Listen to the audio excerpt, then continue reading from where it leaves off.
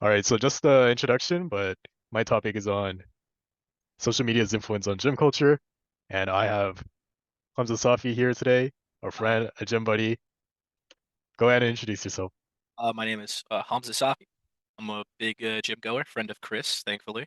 Cool guy. Um, been going to the gym since I've been in middle school, on and off, and looking forward to talking about it today. So just as like a personal experience or like an anecdote, like since you have gone like when you were younger, what have you noticed that like has changed recently with like the emergence of like social media or like cameras filming in like the gym environments? It's definitely not as friendly towards especially beginners too. Um, uh, Not to make myself sound old, but back then it was any beginner was more than welcome. You can come up to anyone, ask questions. You didn't have to like worry where you step or like watch where you go as long as you didn't bump into anyone. Now it certainly feels like I have to like triple check, plan the route I'm gonna walk, make sure I don't walk in front of anyone's camera before they start yelling, instead of, having that nice friendly feel you used to have. Yeah, I definitely agree with that. I feel like you have to be more careful with who you can help and if they even appreciate the help. Because I have bounced around like three gyms, Planet Fitness, 24 Hour, and City Sports. Even like the San Jose gym. There's a little bit of filming and there's definitely a lot of newer athletes that don't really know what they want to do and they don't really have to help.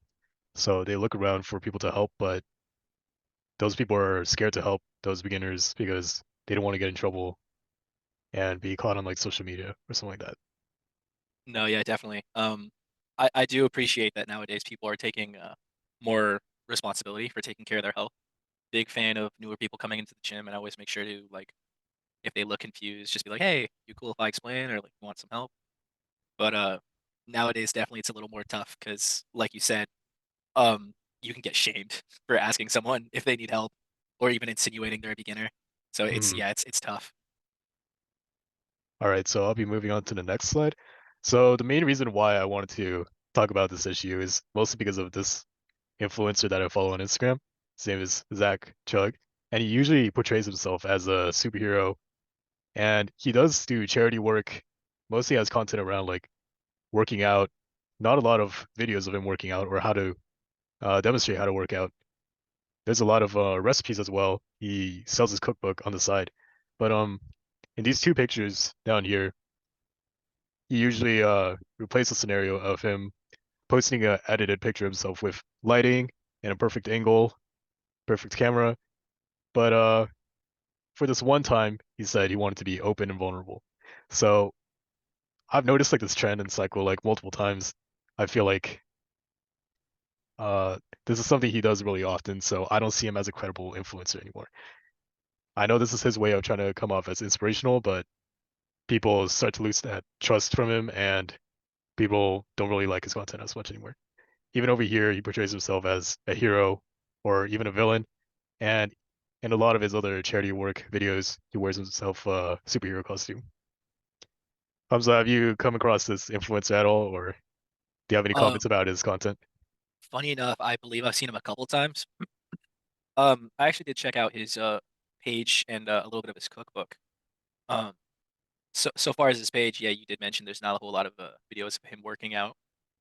And as far as his cookbook goes, it's good recipes with a balanced amount of nutrition, but it seems like his calories to proteins to carbs are extremely inaccurate. I believe he posted a video recounting his recipe for some kind of protein mac and cheese, stating that his protein in the recipe was around 100 grams.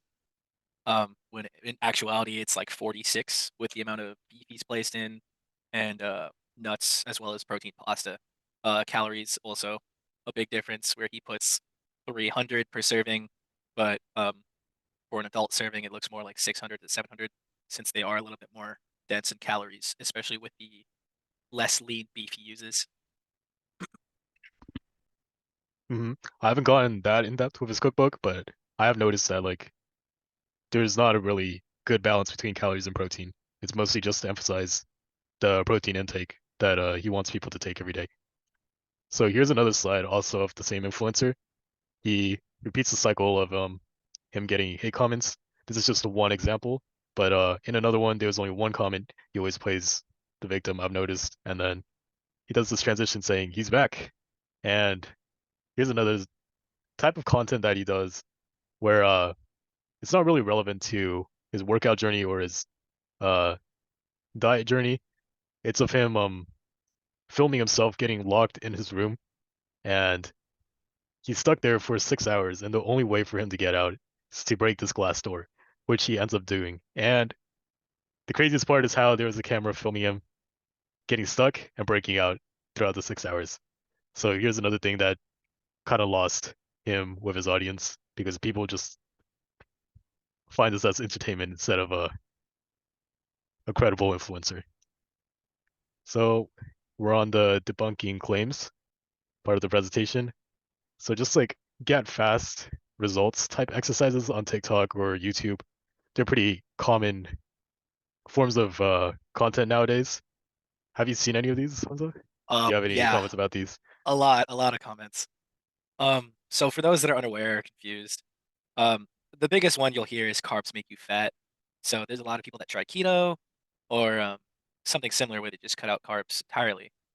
Um, a lot of you may have heard the saying, anything good for you is good, but anything in excess makes it bad. Um, Carbs are good for you. They give you energy. They're quick burning. They give you the energy you need to get through your day, and they help kind of balance your body out with the hemodynamics. Um, if you have a diet that gives you less carbs, that's okay as long as you feel like you can push through. Cutting out carbs entirely does is not going to help your weight loss journey. Instead, it's going to help you plateau because now your body doesn't have anything to burn that energy, and now it's getting stored as fat. Same with protein. Too much protein is bad for you. Too little protein is okay, but you typically want to get 1 gram per pound. And another big one I hear is fruit are bad for you because they're high in sugar. Um, they are high in natural sugars. I believe simple sugars, so they break down a lot easier and give you a lot of benefits as well as vegetables. Just try to keep a good diet. Don't try to force yourself to do more than one thing. Definitely. I feel like influencers don't highlight enough that there's different types of fat and different types of sugar. Like there's a trans fat that is actually beneficial to processing or digesting foods. You can find that in like hummus, like you said you ate earlier, which is pretty beneficial. And just like exercises such as like how to get abs fast, stuff like this. Like scientists have proven like time over time how you can't target only one part of your body. You have to lose fat throughout your body. You can't only target one place if you want to lose fat. So these are just clickbait and these are not science-based research exercises. Yeah, and it promises something it will happen hopefully eventually for those trying to lose weight, but they promise it fast and like the one on the right says losing weight through diet without exercise. You need a healthy balance of both. You're not going to be able to just get abs fast from working out and eating whatever, and you're also not going to lose weight through diet and not exercise at all. And Perfect. yeah, I'm That's sure exactly what I wanted to say too. perfect. And I'm sure you're aware too. A lot of people just say eat next to nothing and you'll lose weight. Yeah, but you'll also lose muscle and your body's going to start breaking itself down because now you don't have anything to burn and your body's kind of digesting itself. I think I was actually researching it the other day, but I think if you only cut down on your diet, it just makes it so your stomach requires less calories overall.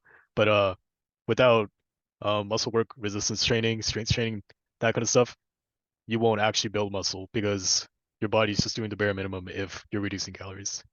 Yeah. And a good indicator of that is your BMR, your basal metabolic requirement, which is just your basic requirement for your body to be living per day in terms of calories.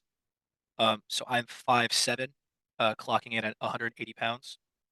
My BMR is, I believe, 1700.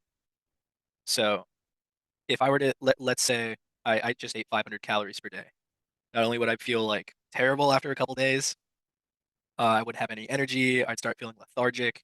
My body's going to start to plateau.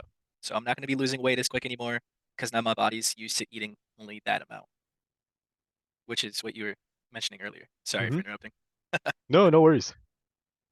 So just moving on, this is another form of content before and after or transformation type videos where you can see he has a bit of fat but in this after picture, you could tell like he has perfect lighting, like he's toned, he's probably photoshopped as well, and he has a lot more melanin than how he started. Another trend that I wanted to talk about too was dry scooping, and dry scooping was a trend for a while. It's it actually does more harm than good because you do need a bit of water to dissolve the powder because it can get into your lungs or uh interfere with your cardiorespiratory functions. Excellently said. Um, so I actually did a research paper on dry scooping just because I know it can mess with the cardiovascular system, and it was a good research project for my program. But like you mentioned, the water is good because it helps dilute it and makes it less concentrated.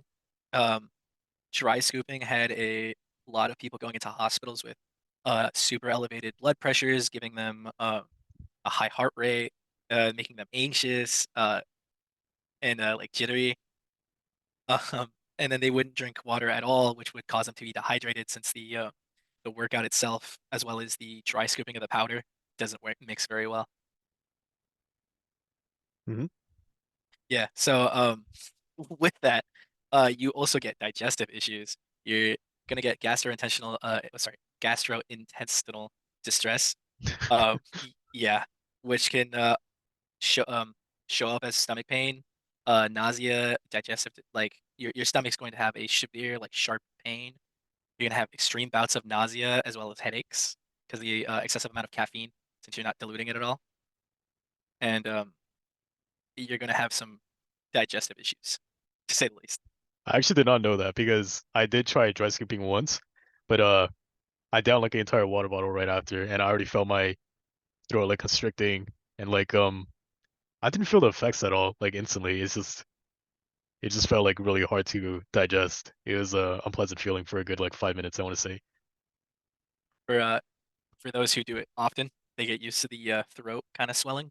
Yeah. But that's when it starts to get worse because their body's kind of getting attacked by all this concentrated dose of caffeine, taurine, and all the beta B agonists. Hmm. Yeah, it's once or twice is youth. Anything after that's foolishness. All right, moving on. So a couple alternatives that I personally will suggest. Jeremy Ethier is a YouTube YouTuber and he has a couple beginner videos, workout videos, posture videos, form videos where he goes really in depth with his diagrams as you can see over here. Shows like the proper back posture for deadlifting and neck position as well. You want a bit of a curve. And Damien Hu, he's on Instagram, YouTube as well, where he's doing a 200-day journey from his not so great body to a better body to his bodybuilding show. Do you have any recommendations that you want to put out there? Yeah, not to shill, but I am a big fan of Damien Hu. He provides some good beginner content for those that are scared to go to the gym. Those that are having trouble losing weight or gaining weight. He provides pretty accurate recipes with good nutritional value, and he is one of the very few people that is correct when emphasizing that just because you're trying to lose weight or gain weight doesn't mean you need to avoid foods. You can still enjoy what you eat while still losing weight or gaining weight. You just have to kind of portion more moderately. Definitely. I feel like he's one of the more like relatable and realistic influencers where you could see him like relapse a couple times. Like he doesn't have the greatest body, but still works out from time to time. Maybe he takes a snack in between, but he bounces right back and relies on his ambition to reach his goals and continues on his journey. Just Most want to put definitely. out there too, but both these influencers are also science backed as well. So I have checked their credentials. They do know what they're talking about. Sorry to interrupt. Did you have another influencer you had in mind? Um, in terms of science backed, Sam Sulek is a good one. He's a newer influencer that's been very popularized recently. I'm a big fan of him because he likes to emphasize the thermodynamics. You know, you're eating a certain amount of calories, just burn more on top of your BMR. He doesn't, unfortunately, he doesn't show his diet, but he does give recommendations for those trying to gain weight. He himself is going through a term called bulking, where he's trying to raise his body to a bigger, muscular state, and to do so, he drinks a gallon of chocolate milk every day. Um, on top of that, he is one of the very few influencers who admits to taking gear, or as more people would know it as steroids. Um, and he takes it for the anabolic purpose. So, in terms of anabolic steroids, it's to help build muscle mass, strength, and increase athletic performance. It is banned for a lot of tournaments because it is a non-medical usage that can improve physical appearance or performance. And it does have a lot of adverse health risks. A lot of influencers tend to do kind of a runaround, but he admits to taking the low dosage amount, meaning he takes the highest dose he can that will not affect him in the long run, which is why they call it the low dose. When most cases other influencers like Chris Bumstead, who if you ask is taking steroids, will refuse it and most likely insult you.